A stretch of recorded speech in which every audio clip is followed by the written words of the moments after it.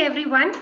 A good doctor is the one who has good hands, a humane heart, and an intellectual head. These words by our esteemed guest, Dr. Gullapalli and Rao sir, are etched in my memory. We all know a Sanskrit verse which says, Vidya dadati vinayam, vinaya dhyati patratam. And I wouldn't be wrong if I say that Dr. G. N. Rao sir is one of the human embodiment of this verse. Sir, this White Army is a group of medical students who are eager to learn and be the best doctors. It is a brainchild of Dr. Kishan Rao, presently doing MCH CTVS, and was started 5 years ago. To this day, we have more than 12,000 students as a part of this group across various parts of the country and across various social media channels. It is indeed our honor and our privilege to have you amongst us, sir, today. Sir believes that one's work should speak and not his honors or awards. But sir, I humbly seek your permission to introduce you to this August gathering and list few of your achievements to them. Dr. Gullapalli N. Rao sir is the founder chairman of what we consider as a pilgrimage destination for ophthalmologists, the L.V. Prasad Eye Institute, Hyderabad. Doyen of Ophthalmology, he is honored by the Government of India with the Padmashree Award. He was the former chair of the board and CEO of the International Agency for Prevention of Blindness. Former president of Academia Ophthalmologica Internationalis, he is inducted into Ophthalmology Hall of Fame. Recipient of the World Cornea Congress Medal from the International Cornea Society, he has invited editorial for the 100th year issue of British Journal of Ophthalmology. He has published more than 300 papers in national and international journals and has many awards to his credit. He has revolutionized the field of ophthalmology, particularly in the areas of eye banking, corneal transplants, community healthcare, eye care, and policy planning. And it is our absolute privilege and delight that we could have him during this eye donation fortnight. He is one of the most sought after teachers, a true living legend who encourages the young minds and leads them by example towards an inner renaissance. I consider myself blessed to extend our heartfelt gratitude on behalf of the whole White Army team for accepting our request and gracing this webinar, sir. Our warm welcome to you. Dear members, sir would be addressing today us on what is possible after medical college. I request everyone to make the best use of this session. Thank you. Over to you, sir. Thank you, Ramya. That was for the kind introduction. Hello, everybody. I'd like to first of all congratulate the founders, the executive committee, and the membership of the White Army for this incredible initiative. What an appropriate name for all of us in white coats, particularly as we are navigating through this current challenge of COVID-19. Because every one of us wearing the white coats have truly become warriors now. Some of us even sacrificing our lives. To all of them, we owe a debt of gratitude for uplifting the image of our profession. So what I'd like to do is I will not take the 45 minutes allocated to me. I'll speak for 20-25 minutes. And I would rather encourage a dialogue with all of you than a monologue from me. That way we can cover more areas than I can possibly cover. What I'll do is I'll first start with my current role and what we are doing, and then lead on to how post-medical college you could look at various possibilities. Next slide. Srinivas video.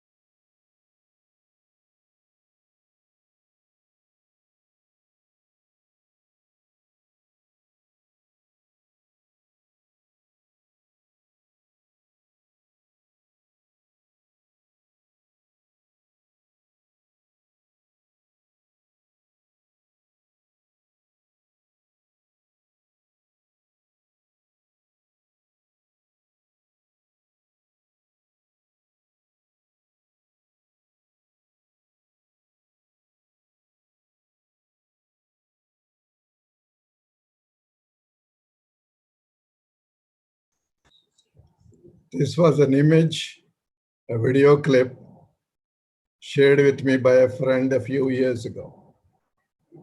Ever since, I've been using it to speak to many groups, both in India and abroad. Because to me, it was a very touching picture. A picture that's not unusual, constantly recurs in most parts of our country and other developing countries, in the remote rural areas. People not having access to services, not having access to basic healthcare facilities, etc. So as healthcare professionals, one of the most important things for us to remember is our duty to such people, to make sure that we make ourselves available to everybody in our communities. With this kind of a philosophy of reconciling excellence with equity, we have founded the L.V. Prasad Eye Institute about 33 years ago. And actually saw our very first patient on June 1, 1987. We have determined our values on which we base our work. The 5 values that constantly guide us are excellence, equity, integrity, togetherness, and patient first. Next slide. Each of these values is very critical, and together they make any organization extremely strong. Because there have been many studies on the long-term sustainability of successful organizations. And it's been shown those organizations that are driven by values and adherence to values are the ones which survive the longest. And in terms of functions, we have evolved into 10 functional components. I show this slide. This is relevant not only to ophthalmology. Out of this slide, there are lots of lessons to all branches of medicine and healthcare. What I'm trying to show here is medical college and medical education is not just to provide clinical care after we get our degrees.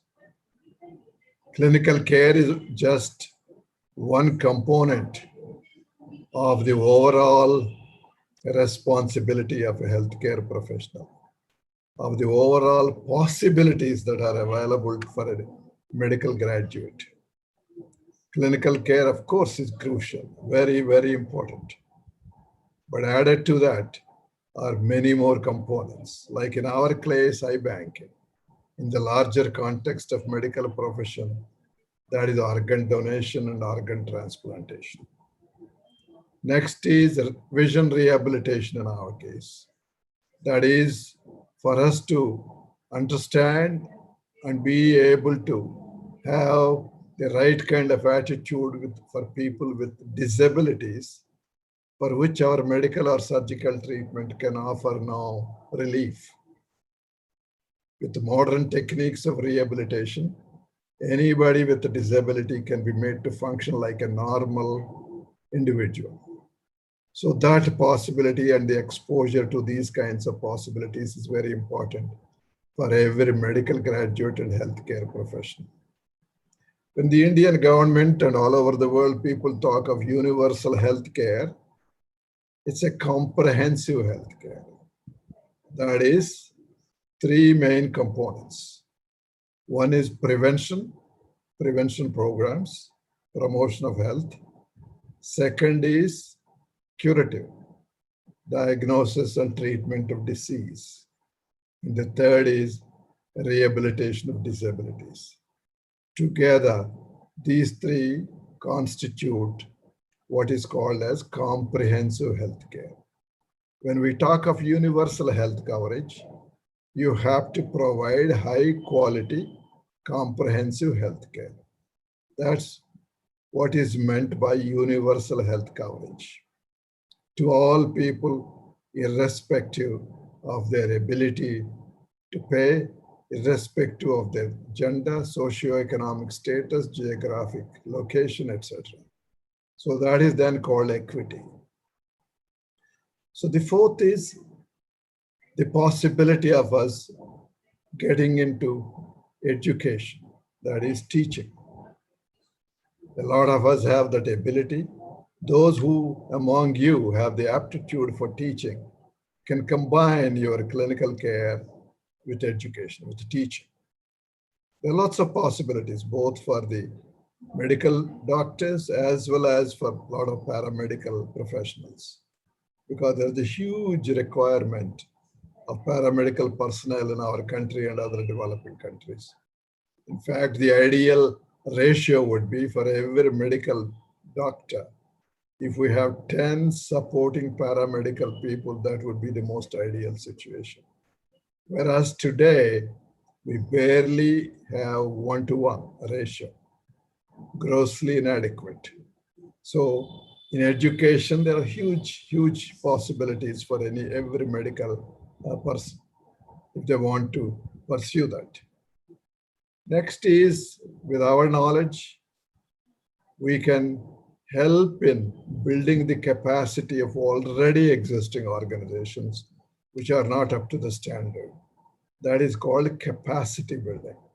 You can do it all the way from modifying their blueprint for their building, to redesign, to train their human resources of all cadres, and to provide systems that make those places much more efficient, higher quality, and accessible to all people. Another very exciting possibility is for any medical graduate is to get into the area of research. So much is going on.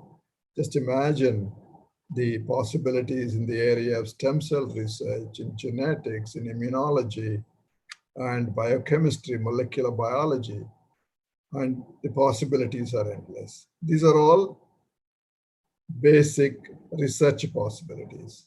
A clinician can learn basic research by working in basic research laboratories. Typically, while we don't see much of this in India, in the Western countries, the medical students during their summer vacation rotate in basic research laboratories and work with the basic scientists to get into the area of research. The other area where that is not possible, every one of you can become a clinical researcher. Clinical research is not that difficult.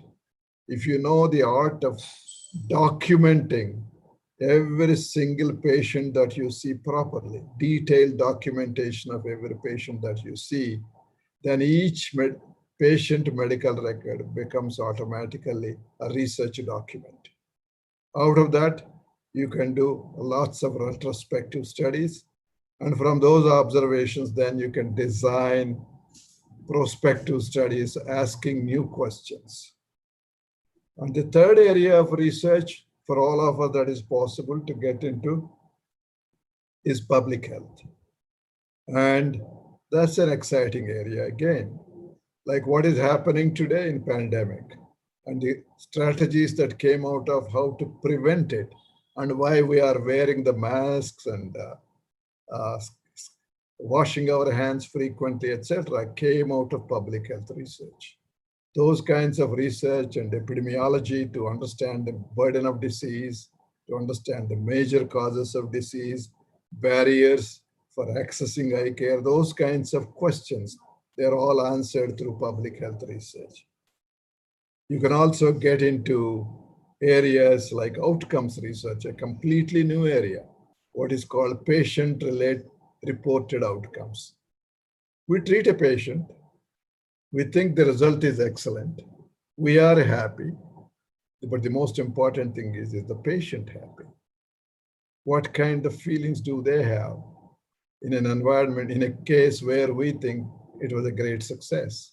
So these kinds of information are being looked into more and more now to enhance the quality of care even further.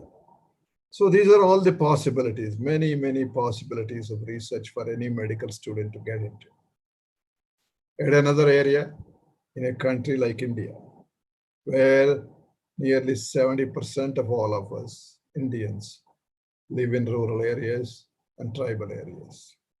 And if we really want to be a true Indian, we also have to make a commitment to care for these people. That's where most of India is. I actually tell all our trainees at our institute that unless everybody spends some time in a rural area and get the experience, we cannot be a complete Indian. Because rural India is so vastly different from urban India. And it's only good. And at a very young age, if you could spend that time and devote a year or two of your life to the care of the people in those areas, I can tell you, for the rest of your life, you can look back and smile, saying that I did my part.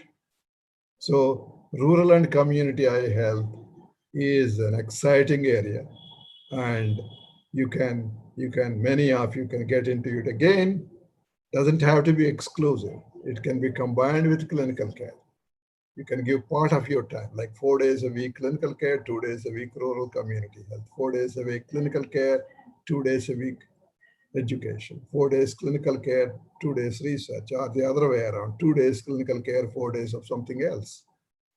Yet another area in the current world is the possibility of innovation, technology innovation, the artificial intelligence, the machine learning, and so many new tools coming out. Everything, people say everything seems to be possible through a mobile phone. Are they real? And I think if medical doctors get into this area, I think the possibilities and the quality of care through such devices will improve. If we left it to pure technologists, there will always be gaps. And medical professionals getting into at least part of their time into this kind of area will be very, very productive. And out of all this, we can also develop exciting new products. And again, in our area, in our institute, we are into this area mainly with one vision. That is to make high quality, high-end technology products and the benefits of that to the least privileged people in the world, to the most vulnerable people in the world. So again, we have that responsibility and an exciting challenge. Many of our trainees are now working in our Technology Innovation Center part of the time. And yet another area we often neglect as medical professionals, and we pay a very heavy price for that, because we leave advocacy, policy, and planning to bureaucrats and politicians. That's why healthcare never got its due attention, due prioritization. Unfortunately, even today with a massive pandemic, we don't see any extra attention being paid, extra resources being allocated to healthcare in our country and in many parts of the world. For that, it can only change if each of us, if most of us, participate in advocacy efforts to influence the public, the policymakers, and also our own professionals to educate them on how important it is to interact with the policymakers and influence the policies. And then out of that, we also have to participate actively in formulating policies that make sense for appropriate healthcare. And we also have to participate in planning. And the opportunities are available both at the state level, at the national level, and at the global level. It's up to you how much time you can spend on all this. So if you look at the 10 components here, I represented what we do at LVP, but they more or less mirror the need in every medical specialty. And any medical specialist can get into multiple components, clinical care with a combination of other things, or they can go become complete researcher. And there's a big need for clinician scientists in our country. And that cadre is very, very limited in our country right now, very popularly seen in the US and in the Western countries. Many people have MD, PhDs, and even you don't need a PhD. You can still get into active research, basic research too, without a PhD. And these are all the possibilities. Next slide. I always say, this slide is saying ophthalmologist. I say it can be called 3H doctor, 3H physician. That means someone whose hands are skilled and highly competent, and that is combined with up-to-date knowledge by using the head and the brain. And then by having both, you will have you would have exercised the power that you have, that intellectual power and the competence power, only when you apply your heart to. The more people you make available your capacity, your power, the more powerful you become, and the more powerful a medical professional you become. Next. When you get into medical college, it's not easy. We struggle to get into medical colleges. I struggled to get into medical college in my younger days. It's a combination of intelligence, hard work, and perseverance, and also a desire to be a medical professional. A desire combined with these qualities is what gets us into medical college. Next. And when you get into medical college, again, in our country, it's very unusual for any of us to have a definite goal long term, because the way we are brought up, we lead a very sheltered life until we get into medical college at home. So we are never challenged. We are never challenged to think on our own. So we get into medical college because we hear medical college is good. We got good scores in our intermediate or whatever. So we got admission into medical college, we just get in. At that point, more than 90% of all Indian medical students, I would guess, don't have any long-term goal. It would be nice to have a goal. Contrast to that, an American medical student, a vast majority of them would already have a goal for their life. Do they want to go into practice? Do they want to become professors? Do they want to become researchers? They more or less have some kind of a destination already, and they pursue that goal and to reach that destination. Next. So all these, every one of these, the intelligence, your hard work, your perseverance, are put to extreme test during your medical college years. And then to try and get into residency, even tougher. And then you get into residency, and then a fellowship, and then getting out into the real world. So everywhere, every one of the qualities that you have are put to extreme testing. Next. Only when you pass through those tests can you then become really good. So one of the things that you have to ask yourself now is, even when you are not ready with the answer at the time of getting into medical school, is as you are in the medical school to decide where you want to be 10 years after you complete MBBS. So the combination of possibilities that I have alluded to already is something that you should think of. Every one of them is a possibility for every one of you. There is no difference. Next.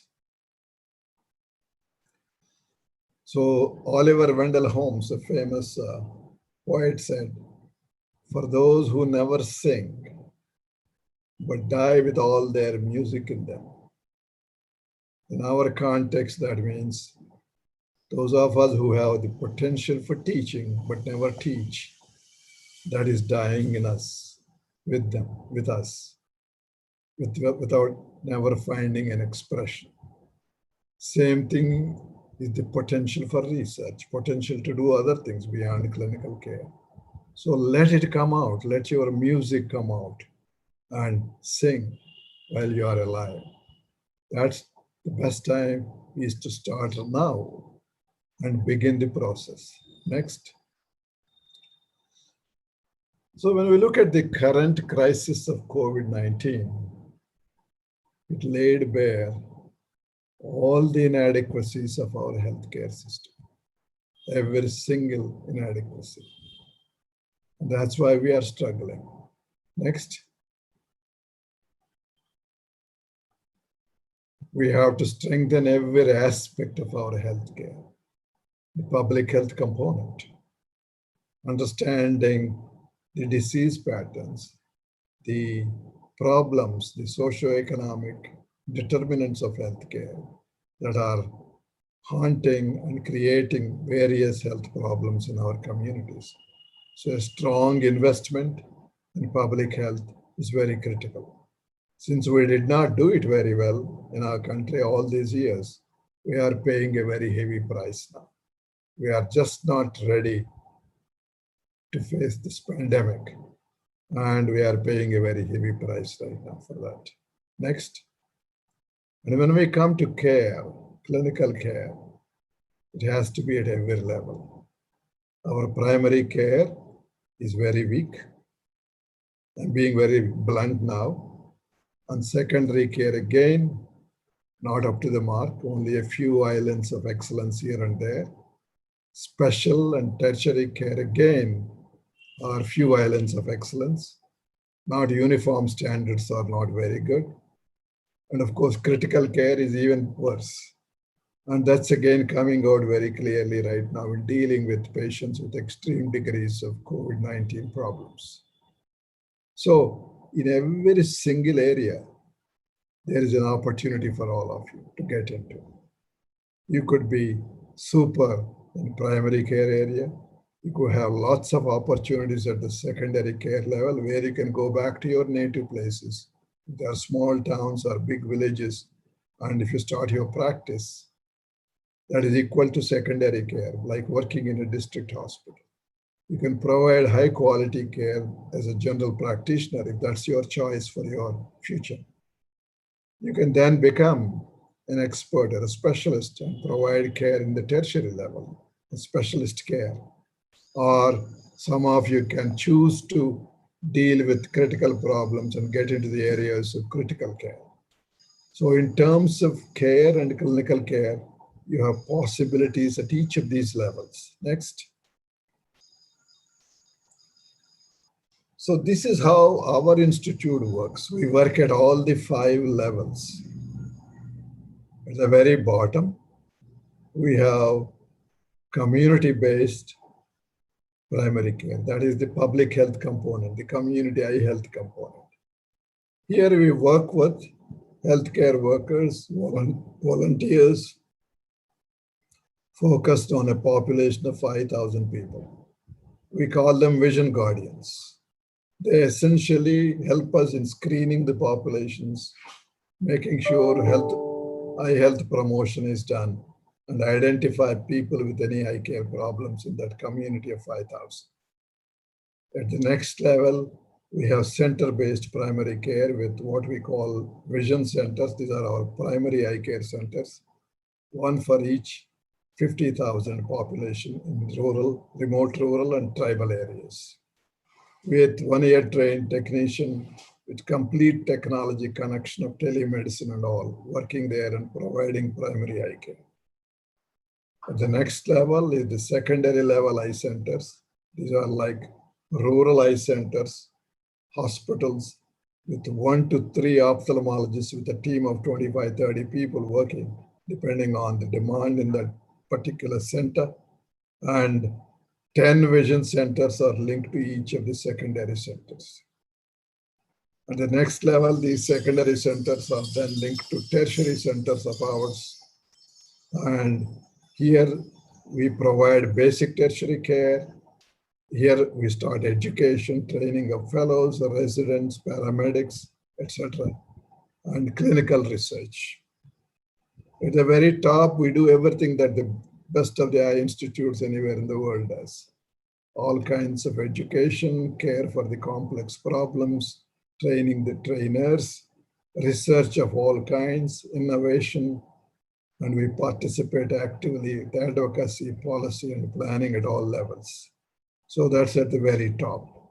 So this pyramidal model has now become a model, and most people are now beginning to think this probably would be the most appropriate one to emulate post-COVID, because in our field, the days of eye camps are perhaps over because of the impact of COVID.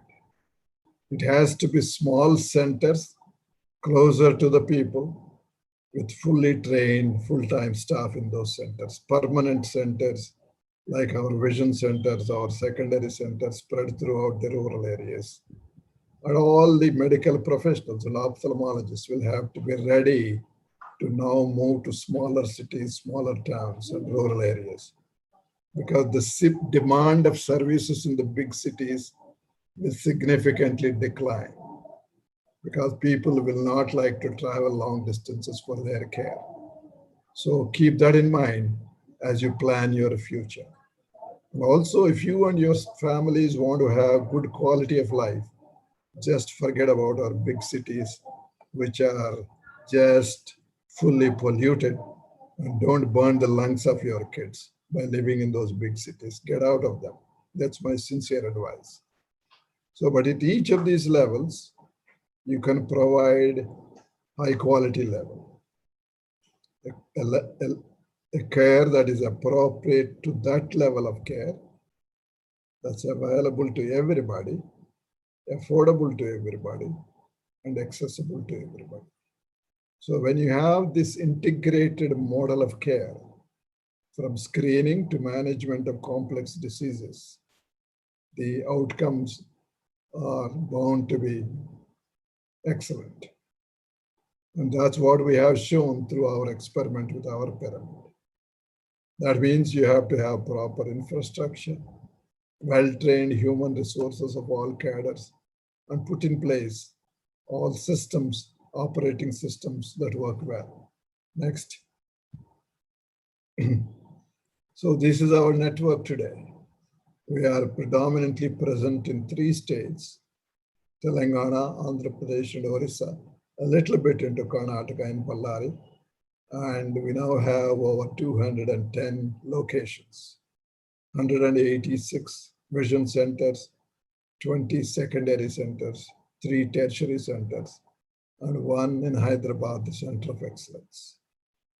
So these numbers are increasing. We have other centers in the pipeline that are coming up, but we made a deliberate decision that we will continue to focus on these 3 states, go deeper and deeper, and create models for the rest of the country to replicate.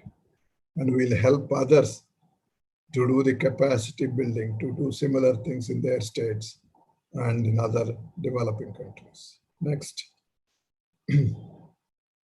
Next slide. So, what our country needs to do badly is much higher investment in healthcare. The Prime Minister talked about 20 lakh crores, but hardly any amount is allocated to healthcare out of that. That's a sad situation. A few years ago, Bill Gates gave a TED lecture. I don't know if any of you have heard that. And in that itself, he kind of predicted this kind of pandemic. And he said we should invest to face the microbes, not invest in missiles. Missiles can kill only a few thousands at a time, whereas microbes have the ability to kill millions and millions of people. And we are seeing that today. And nobody listened to such sane advice. And it looks like that sane advice is still getting into deaf ears, because we don't see any signs of bigger investment into healthcare even today. Next. So why do we have to do that? I was telling you about the 70% people living in rural and tribal areas. A few years ago in 2012, McKinsey Global Institute came with a definition called empowerment line. This is an estimate of minimum economic needs for a household to fulfill the basic needs of living. Next. These include these 8 essential to have minimum acceptable standard of living: a social security, food of adequate caloric value, energy, access to energy, proper housing, access to drinking water, sanitation, healthcare, and education. When this parameter was applied to India, 56% of all of us were below the empowerment line. So that means we all have to constantly be cognizant of that fact, that we have to be responsible to take care of that 50%, 56% as much as we do for the 44%. Our attention should not be for the top 5, 10% of Indians. As healthcare professionals, my plea to you is think of 100% Indians. Next. So going again, as I said, going into medical college, we needed all this. We sharpened and built on all this through our journey in medical colleges. Next. And this is a quote from J.K. Rowling from her Harvard graduation lecture about 10 years ago. She said, your intelligence, your capacity for hard work, the education you have earned and received give you unique status and unique responsibilities. That is your privilege and your burden.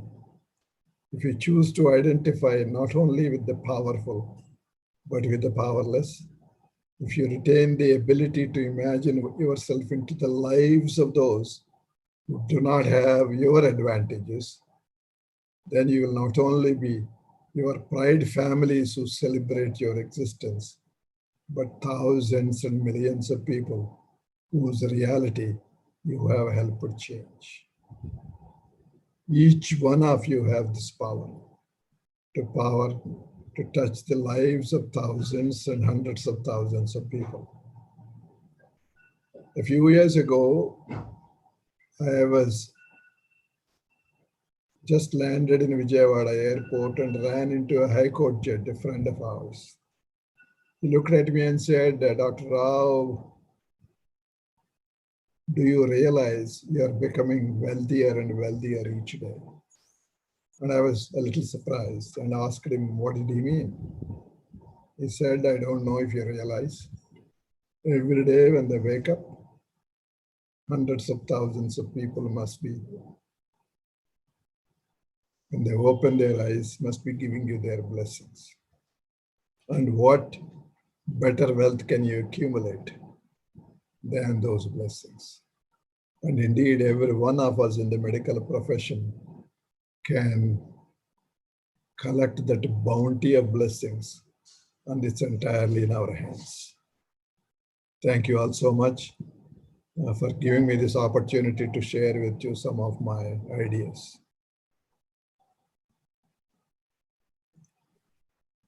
Thank you so much, sir. The session is now open for discussion. Sir, I had a doubt actually. As a medical student, what can they practically do to improve the healthcare system today, sir? Because government investment is really not under their control. So as a medical student, in a medical college today, what can they do, sir? Each one of us can volunteer a little bit of our time to go and work in voluntary clinics, helping people, nursing homes, disability homes, wherever, whatever is your area of interest. Same thing, private practitioners asked me, do you want to start a charitable living? I said, you don't have to. Each one of us can decide how much of work that we would do at no cost to the.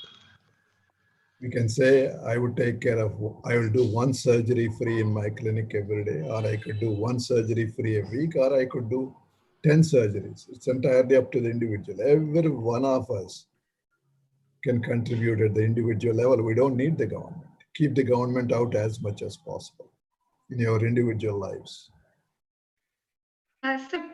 Seeing that we have a COVID situation right now, most of us would not be able to get out, the medical students to get out and get into a collaboration with any practitioner or serve there. So at home, what can they do, sir? At home, you begin to sharpen your skills, online education. Begin to interact with people that inspire you if you have an opportunity. You can begin to observe others. I'm even telling you a nice thing to you. Recently, my wife and I have been watching a TV series, British TV series called Doc Martin on Netflix. Okay. Watch that. That's a great example of how a solo private practitioner in a small village can work. It is a model. I believe I checked with one of my friends in England. He said that's close to reality of what happens in England. For any of you who want to go back to a small rural area and serve there as a general practitioner, look at that model. Even through movies, you can pick up some good points. Everywhere you observe, keep your eyes and ears open. You can constantly learn. Sir, I would also like you to brief us about your journey so that we know how you have come to this height, sir. I've been very fortunate all my life because I have very good parents, very good family, supporting in-laws everywhere. Then outstanding teachers at every stage of my life who inspired me in their own small doses. And then lots of friends all over the world from whom I learned a lot. And then in later years, interaction with people in diverse fields all over the world who are experts in their own field. Those interactions have further added to my knowledge. I was born in a small village near Vijayawada. First 10 years of my life I spent there. I completed 8th class there in Telugu medium in a village of 1950s. You can imagine, no electricity, no water kind of situation. And then I moved to Guntur, which is a bigger town, where I continued until I completed my medical college. Then I went to the All India Institute for my post-graduation in Delhi. And after that, I went to the US. And I was there for 12 years, where I did my fellowship in Cornea and continued on the faculty at the University of Rochester before returning to India in 1986. So throughout this journey, I have just about did everything that I showed in those 10 segments.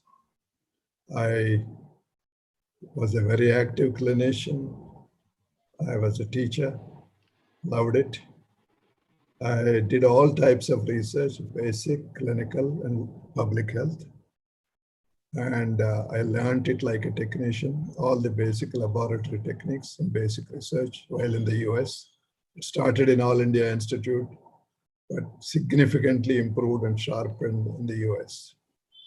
And coming back here, I got into more public health research and community health, seeing the need in our country. And then the huge privilege of building an institute from scratch and making it one of the best in the world now. True, sir. Then the advocacy through the International Agency for Prevention of Blindness, when we founded the Global Prevention of Blindness Program, the Vision 2020, the Right to Sight, along with the World Health Organization. And then through the academia, Ophthalmologica, where I had the privilege of becoming president, that's the group of 80 top academicians in ophthalmology in the world. So just imagine the brain power there and interaction with such people. And through several other groups, committees, and advisory boards, this and that, you run into immense talent in all fields all over the world. So through all that, I've been very privileged to learn an awful lot and gain all the experience. I can say, every one of you, if I could do it, every one of you. After all, I was a village boy. sir, it's indeed our privilege and a true inspiration for us to follow you, sir. We have a lot of questions pouring in, sir. So go ahead. Sir, in your opinion, what is the need of the hour? That's the first question we have here. You mean the healthcare? Yes, sir. In healthcare. Need of the hour is prioritization of healthcare at the governmental level and significant investment. The need of the hour is to improve the quality of our education, all cadres. Need of the hour is to make care of good quality, I underline that, to everyone in our country. We have a saying in our institute, simply because someone is poor,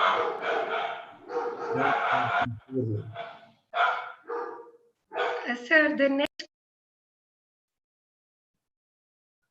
Sorry? The next question is, sir, being constantly pressurized about trying to advance oneself by going for coaching or trying to compete with everyone, we are forced to forget our responsibilities of being a people's doctor. What can you give the advice for this, sir? My advice is try to be excellent in what you do. I showed you that 3H slide. I tell you, if you get good only with your hands, I call you a fair, grade you as fair. If you become good with hands and head, I grade you as good. If you become good with all three, I grade you as excellent. And if you combine all the three with ethical practice, I call you exceptional. So it is in your hands whether you want to end up as a fair doctor, good doctor, excellent doctor, or exceptional doctor. Because every one of you, if you want to be, can become an exceptional doctor. So think of yourself, focus on that to become exceptional. Don't worry about the competition. You will never fail. So go behind excellence and not success, sir. You learn, you become exceptional, and put in your hard work, you will never fail. Those who put in 12 hours a day, medical professionals, 5-6 days a week, nowhere in the world have they failed.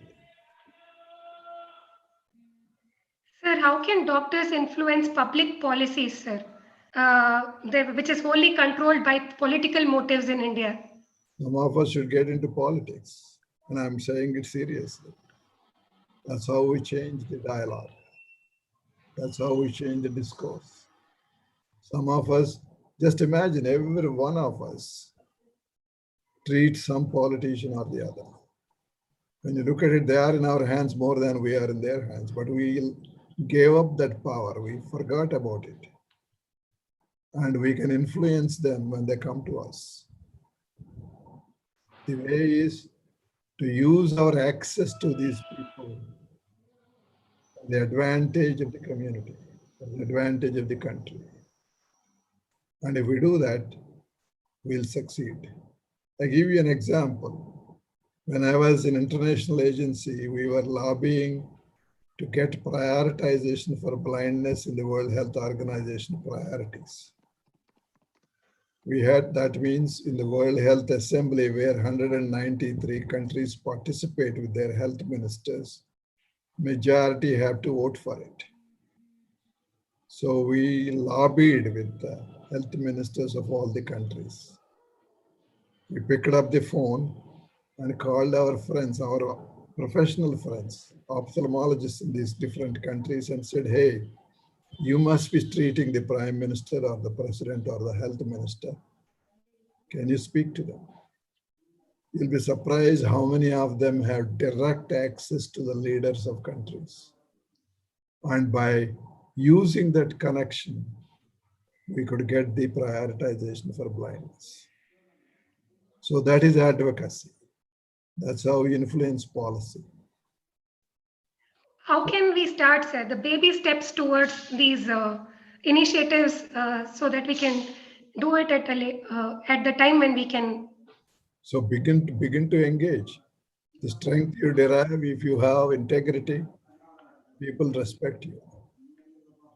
So out of that strength, you can approach anybody and begin to have a dialogue. Thank you, sir. The next question is, how can medical education in India be improved to the level of USA or any other developed country? And how can passed out students can contribute for the welfare of their junior doctors? The first thing I believe is the quality of faculty. We need a significant work in that direction by providing appropriate working environment for faculty in our training programs and teaching programs in medical college. If they are given the proper opportunity, if they are given opportunities for improving their own competence and education, a lot of them will become very good teachers. So we have to create that kind of an environment. That's where investment has to be made. That's the number one. Number two is to provide the right kind of tools to practice good quality medicine. That is the infrastructure, whether it is equipment, whether it's consumable, or the systems. So you have to provide that. Only when you have this, we can move forwards in improving the quality of care anywhere. How our US did is because it has all these things in place. That's why the US education system is so good. They invest, US invest almost 15% of their GDP for healthcare, and we are spending 1.5%. Worse than many poorer countries than us in the world. Sir, the second part of the question was, what can the passed out students do for their juniors? So again, as I said, if you have aptitude for teaching, all the way from simple techniques when you are in the clinic, showing them how to examine, and as simple a thing as how to talk to a patient properly. The most important thing is to treat every patient with respect and dignity. Whether they are poor or rich, doesn't matter. Such simple things, to clinical examination, to asking them, giving them tips about what to read, all these will help. Every one of those steps will help. And also telling them that I'm available to you if you need any guidance. And then respond to them in their approach. Sir, how will medical students start their basics of research in a medical college? Maybe if they do not have the right infrastructure.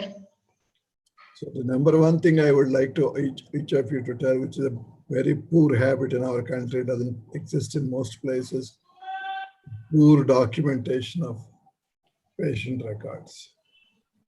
So learn to document in detail whatever you see. Several examples in America, through documentation, they have become world leaders in their specialty. There was a gentleman called Morton Goldberg in Chicago. He finally retired as the director of the Eye Institute at Johns Hopkins Hospital, very famous man.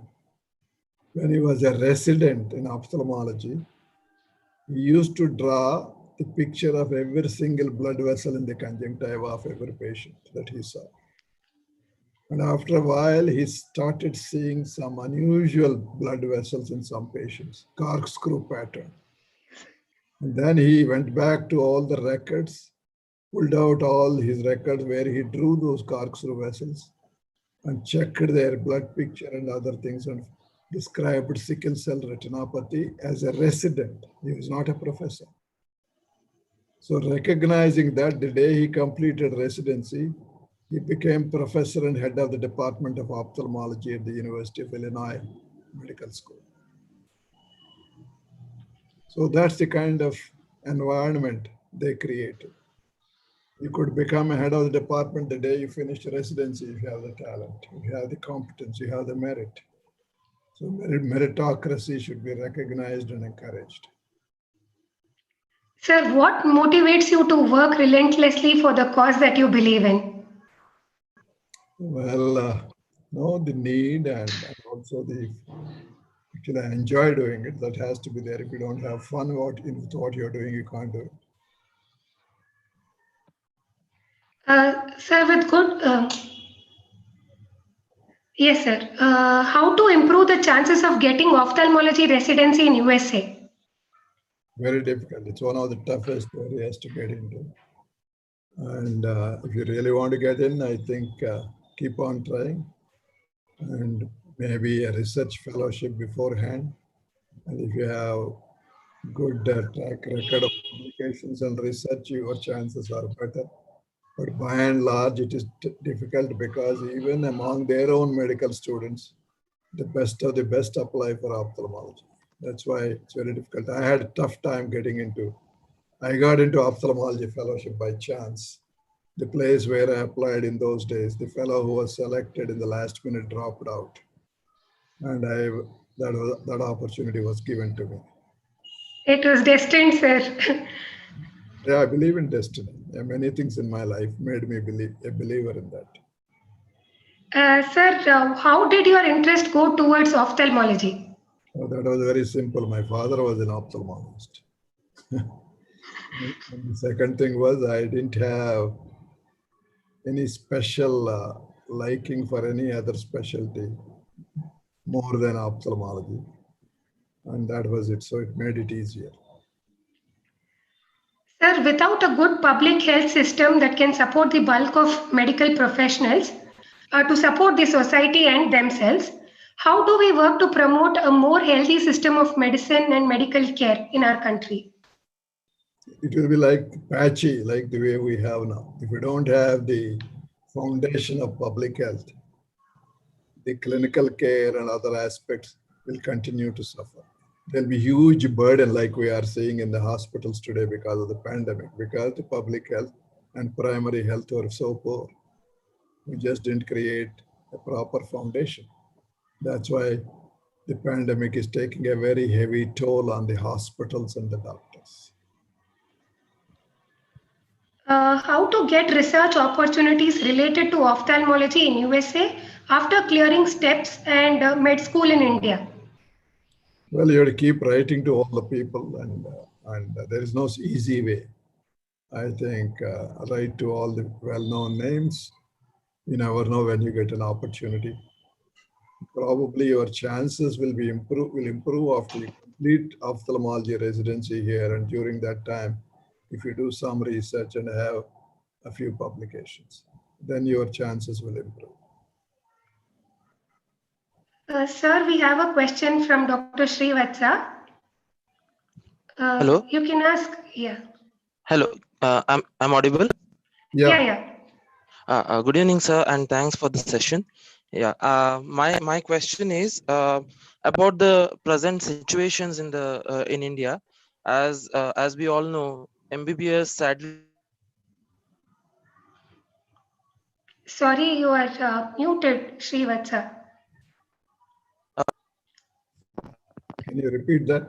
Just don't get enough value. We just don't get enough values. Sorry? Can you repeat the question? Repeat the question, please. Hello. Yeah.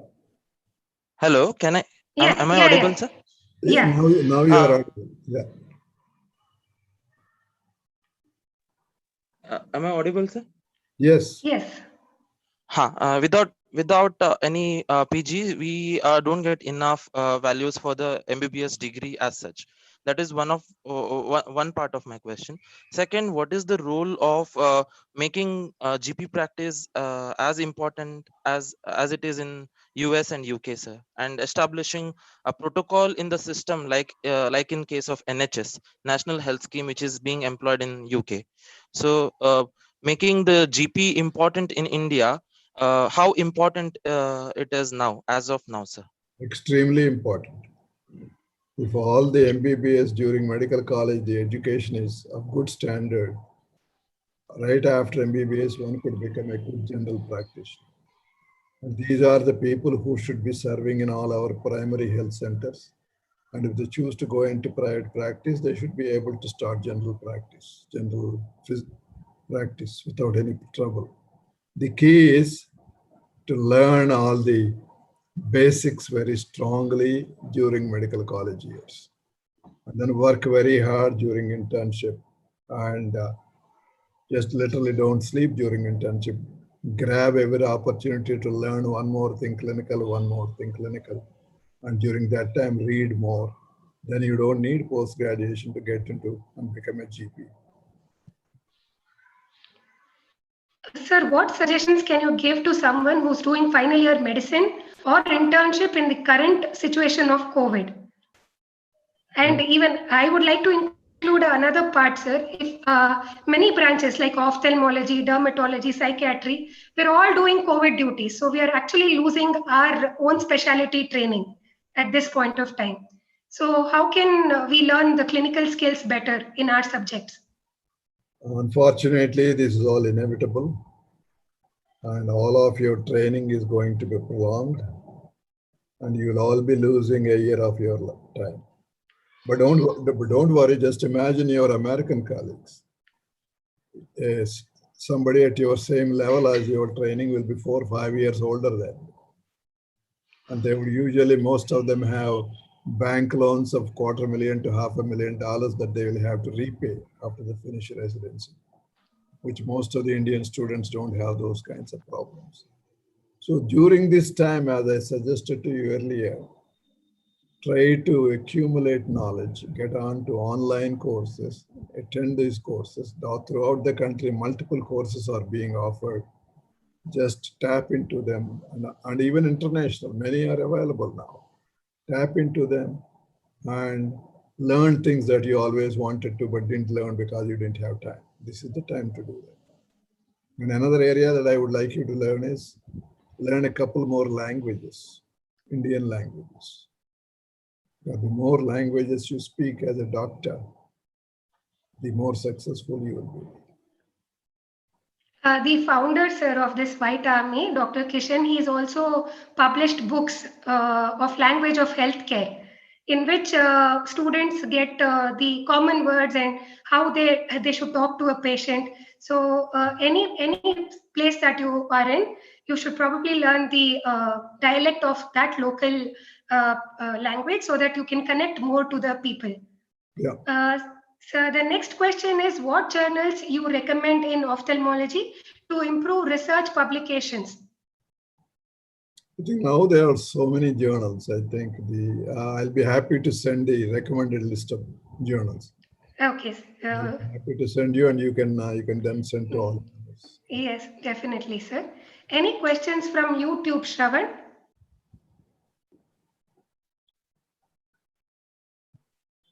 I think no questions as of now over there in YouTube. I think most of the topics are being covered in a very systematic manner. So I think people watching in YouTube are getting a complete and comprehensive discussion. So that is why, ma'am. Ramya, I have a question. Yes, Would you be interested in speakers who can speak to you about other specialties? They are very good people, very inspiring people. Definitely, sir. It is our honor and privilege if there is an organization now called Equitable Healthcare Access Consortium. Okay, sir. People in that who are willing to, very eager to talk to medical students. Definitely, sir. We would be more than happy. I'll let you know. Definitely, sir. I'll be waiting, looking forward for your response to this, sir. Okay. How to get clinical electives in ophthalmology? What do you mean? I think he means in US, electives that they do for...